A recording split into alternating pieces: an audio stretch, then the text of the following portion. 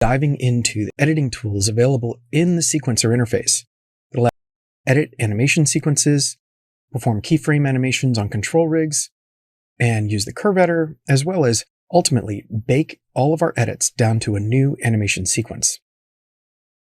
So let's start by taking a look at our synchronized clip here. We'll go back to the beginning and hit play to review. The hungry purple dinosaur ate the kind zingy fox, the jabbering crab, and the mad whale and started bending and quacking. Okay, so everything's in sync and it's working. But let's just say that our director came in and just announced that the dinosaur that has been cast is allergic to shellfish. So we're good with the fox, we're good with the whale, but we can't have the dinosaur eating a crab.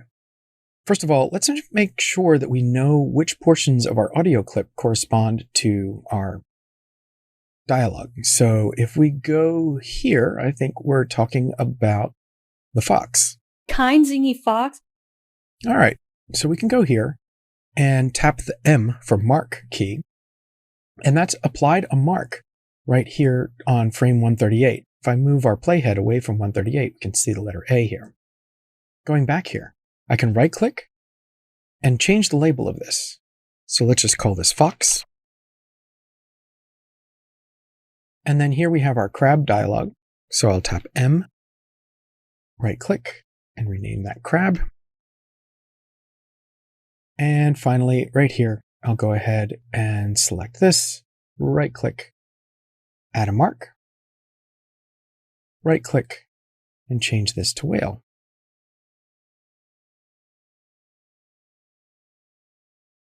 Okay, so we want to get rid of the portion of dialogue that relates to the crab. We're already here at the end of that piece of dialogue, so we can slice or split our segments into two right on this frame. So I'll start by selecting dialogue, right click, choose edit, and split section. Same for our image sequence. And finally, once again, for our animation sequence that's driving the face. In each case, the split section command split the selected animation track at the current frame that the playhead was on. So now I can go to the crab frame and again, repeat for each one of these tracks. Right click, edit, split section. Note that Control/ is the shortcut for this. So let's go ahead and use that here on our frames. Incidentally, the slash is the key on the US keyboard that's just to the left of the right-hand shift key. And now for the audio, Control/. So now we have a separate segment right here just for the crab. We're not going to need this for our clip anymore, so I'll drag select these and hit delete. This portion of the clip is now removed.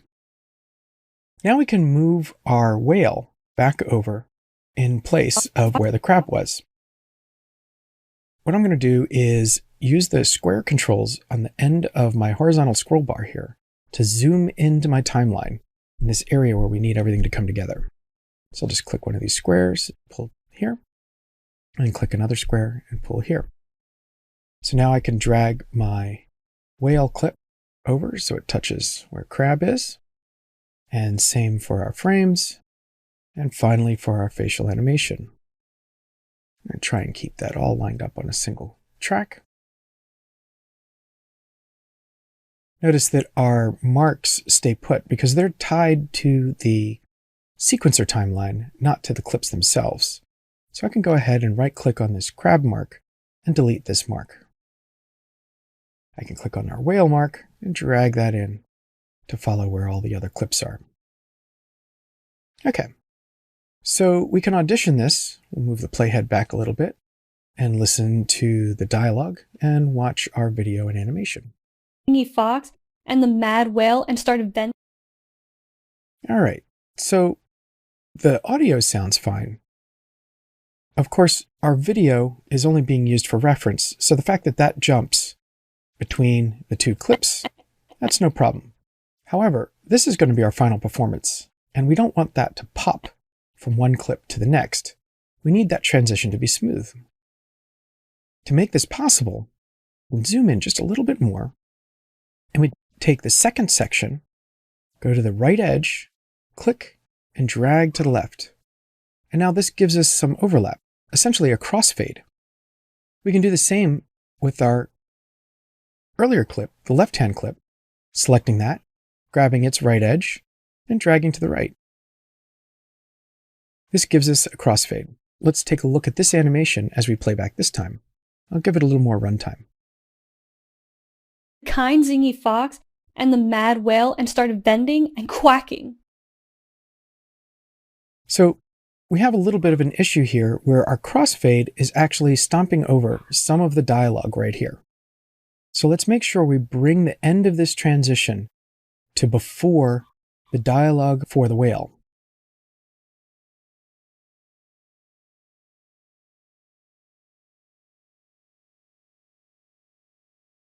This transition is being eased in and eased out.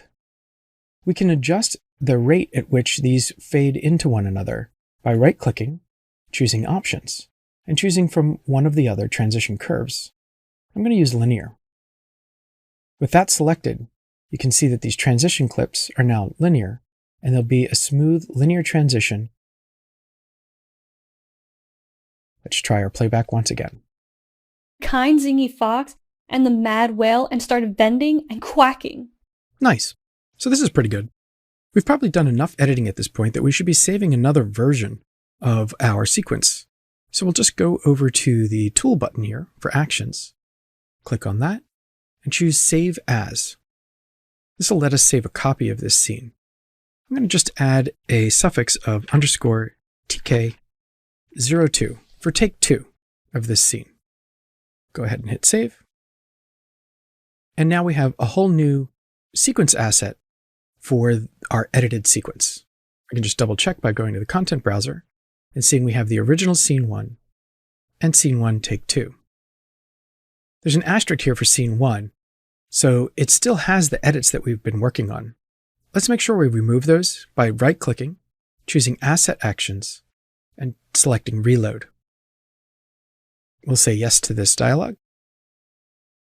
And now we know that scene 1 has not been edited, and our scene 1 take 2 is the one that we're working on.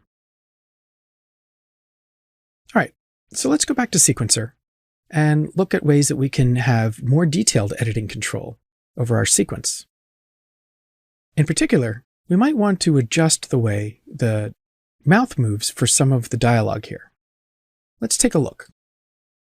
Fox and the mad whale and started. So right there's a little bit of a problem. Right here we have a dialogue that says, the mad whale. And when we play that, the lips don't quite ever come together on our metahuman as the character says mad whale. It'd be great to be able to adjust the controls of the face so that we get a good lip contact for the pronunciation of the word mad. We can do this by baking all of the animation that we have now over to the MetaHuman control rig, where we can edit it with keyframes and the curve editor. To do this, we simply go over to the face track here on the left side of our sequencer, right-click, and choose Bake to Control Rig, and then Face Control Board Control Rig. We select this,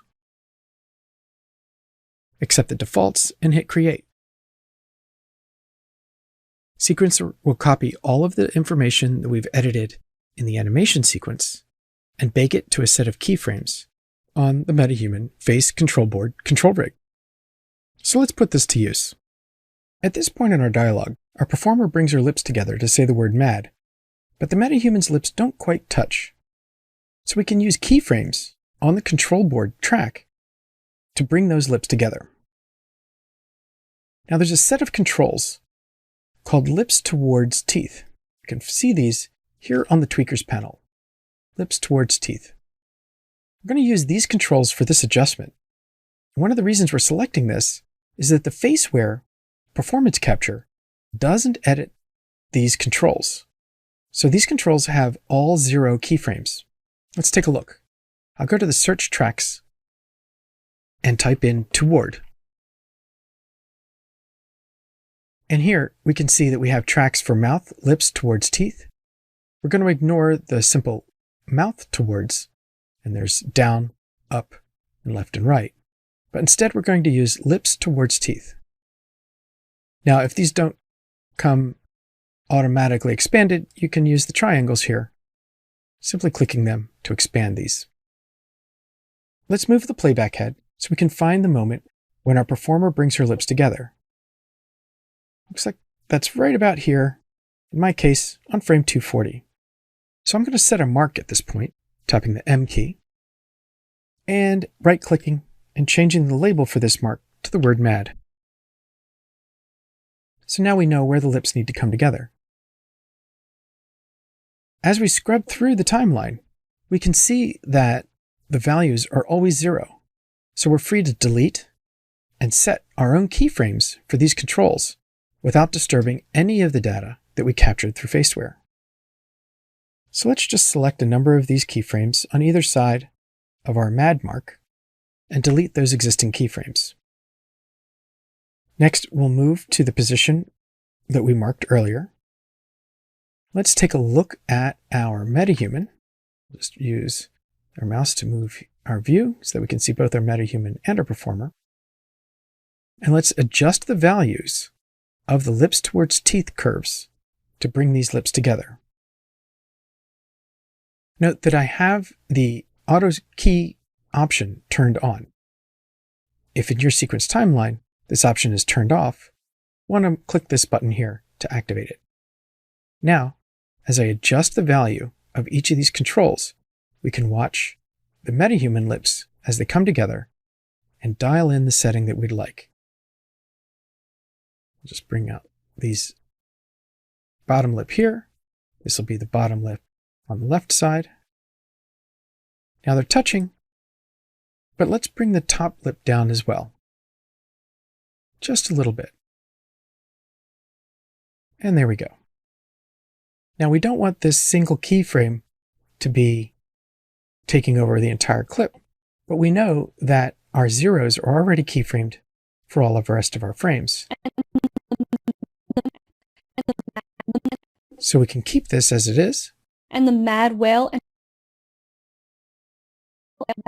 Or we can set our own 0 keyframe a little bit earlier. 0, tab 0, tab 0, tab 0. So that we get in and out of this lip press more efficiently. 0, tab 0, tab 0, tab 0. Enter. So there's our keyframes. Let's look at that played back. And the mad whale and started bending and quacking. Great. So let's take a look at another scenario, this time where we want to edit values that have been recorded by Faceware. Clear out my filter and collapse our control board rig.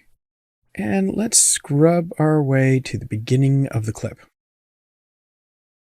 Here, if we look at our reference and compare it to our metahuman, we're going to see that our performer has a bit more shape to her lips than the metahuman. Let's see what we can do to address this. The shape of this performer's lips here can be reproduced using funnel controls in the metahuman facial control rig. We can find those, of course, by going to our search tracks and typing in the word funnel. And here they are. We have right and left for the up and down set of lips. The only thing is, when we expand these, we notice that there are non-zero values. This means that Faceware is generating values for the funneling of the lips, and we wouldn't want to necessarily lose that life. So let's add a new section to the controls for the control board rig. We can do this by going to the face control rig. And rather than absolute, we want to choose additive. This way, the keys that we add to this will be in addition to the keys that we've already gotten from Faceware. So we'll choose additive. And now we have 2 groups of face control board rig. The block of animation additive area has been started here at frame 47 where our playback head is. So let's drag that back to the beginning. And it should automatically go to the end of our clip. Just to make sure that's the case, we'll just extend it here. That way, any keys that we add to this additive section will work. this additive section does actually contain all the control curve values for the entire control board rig. So if we deactivate our filter here, we can see that we actually have two separate sections for the face control rig.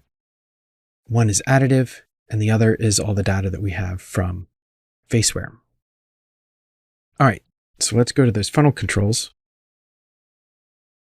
and see if we can adjust the values here to get a better shape from our MetaHuman.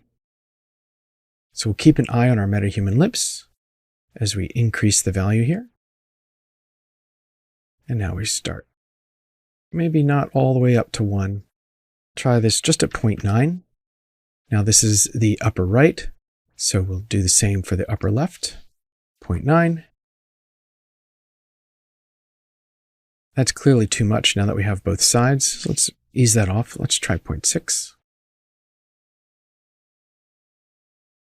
Looks a little bit better.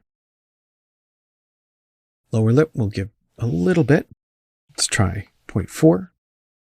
I'm just using the tab key or shift tab to go up, tab to go down. 0.4.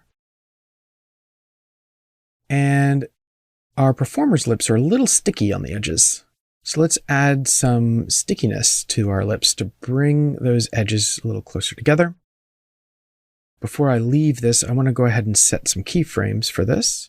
So we'll go ahead and key each of these.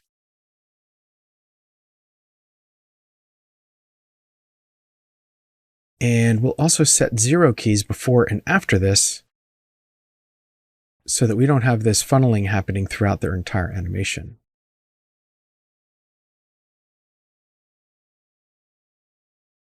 Let's zoom in on our timeline.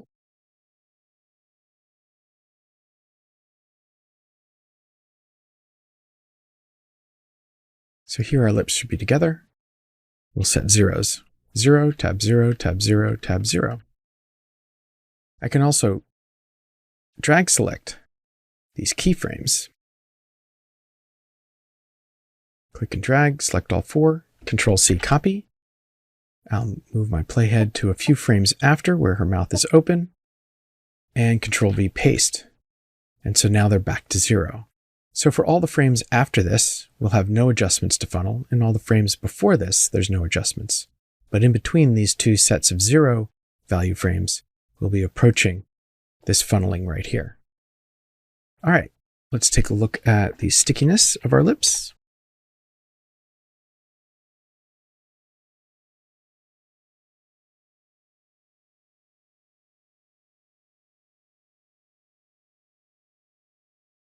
So right about here, 0.53 looks good. We'll set this the same way. And look at that.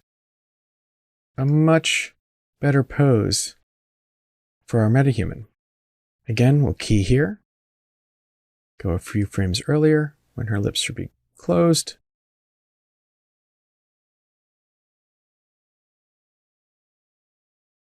We'll zero these out.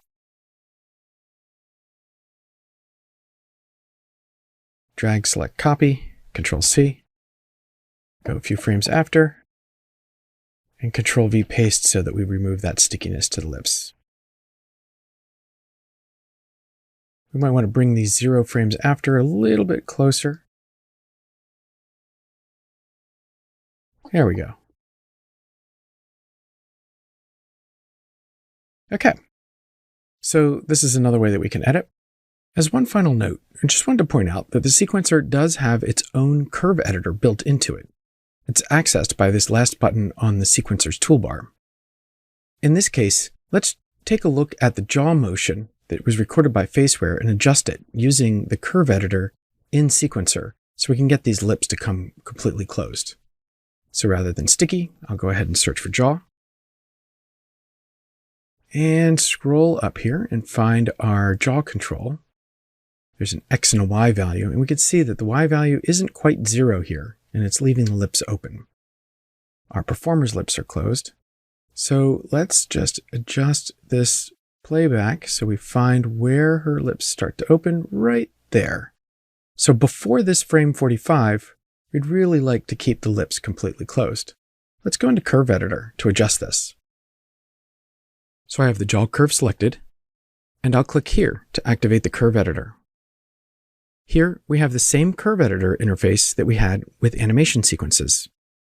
Let's focus on the first several keyframes for this animation. I'll click drag to select them and tap the F key to fit them to the frame. I'll lower the top of this window so we can see our performer and our metahuman. And here we are on frame 44, and we see that at this point our performer's lips are beginning to open, so that's fine for the metahuman. But on 43, our performer's lips are closed, and yet our jaw is still open. So let's edit these keyframes. I can have my selection mode, I can have my transform mode, and let's go ahead and deactivate the snapping for the verticals. Now, a few options I have are that I could simply select these keyframes. This is the Y set of keys. If I wanted to make sure that I'm only working in Y, I could go ahead to my control curve for the jaw and click on Y. And now I'm only seeing the Y values. So again, I'll select at the beginning of the curve, tap F to fit this to the frame. I'll use 2 mouse buttons to click and drag to move. So here's my 0. I want to get all of these frames here down to 0. So I will click and drag to select these. And because my transform tool is on, I can go ahead and stretch these, scale these effectively together. And then click and drag to, oops, sorry, not on the bottom here. We want to click and drag to bring these keys down. So let's deactivate our transformation tool, select these keys, and simply click and drag them down to about 0.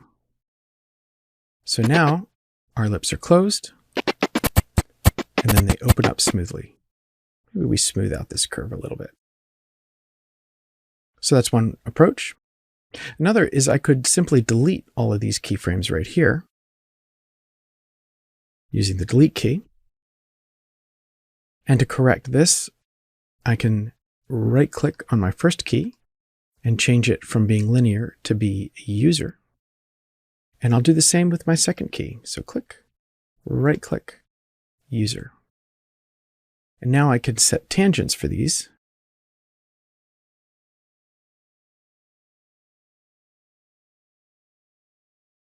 Ease into this curve. And again, our lips are closed, and then they open in sync with our performer.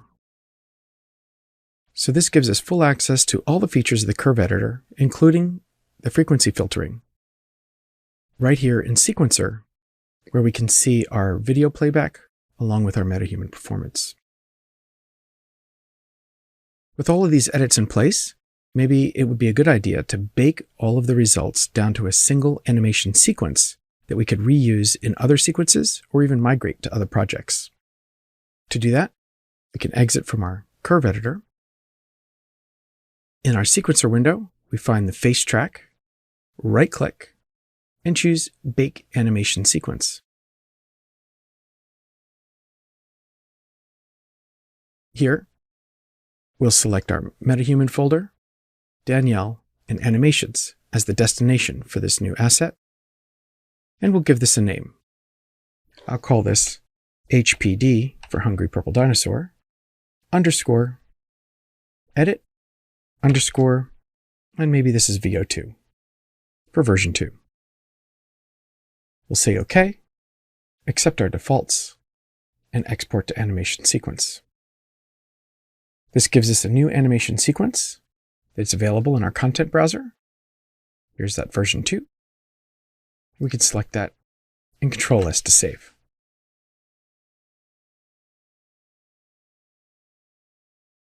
So now all of the edits that we just finished in Sequencer are available as a single sequence. And we can put that to use here in Sequencer simply by muting our face control rig, right-click, and mute. And now all of these keyframes will be ignored. We can add our animation sequence back in simply by deactivating our filter to show all the tracks, bringing our playback head back to the beginning of our clip, frame 0, and finally going to the face animation track and adding an animation, in this case HPD Edit version 2. Now the animation's added in as an animation sequence, and we can hit play to play it back. The hungry purple dinosaur ate the kind zingy fox and the mad whale and started bending and quacking. So there you go. A number of different ways that you can edit the data that you've captured in Faceware directly in Sequencer while referencing video and audio from your original take.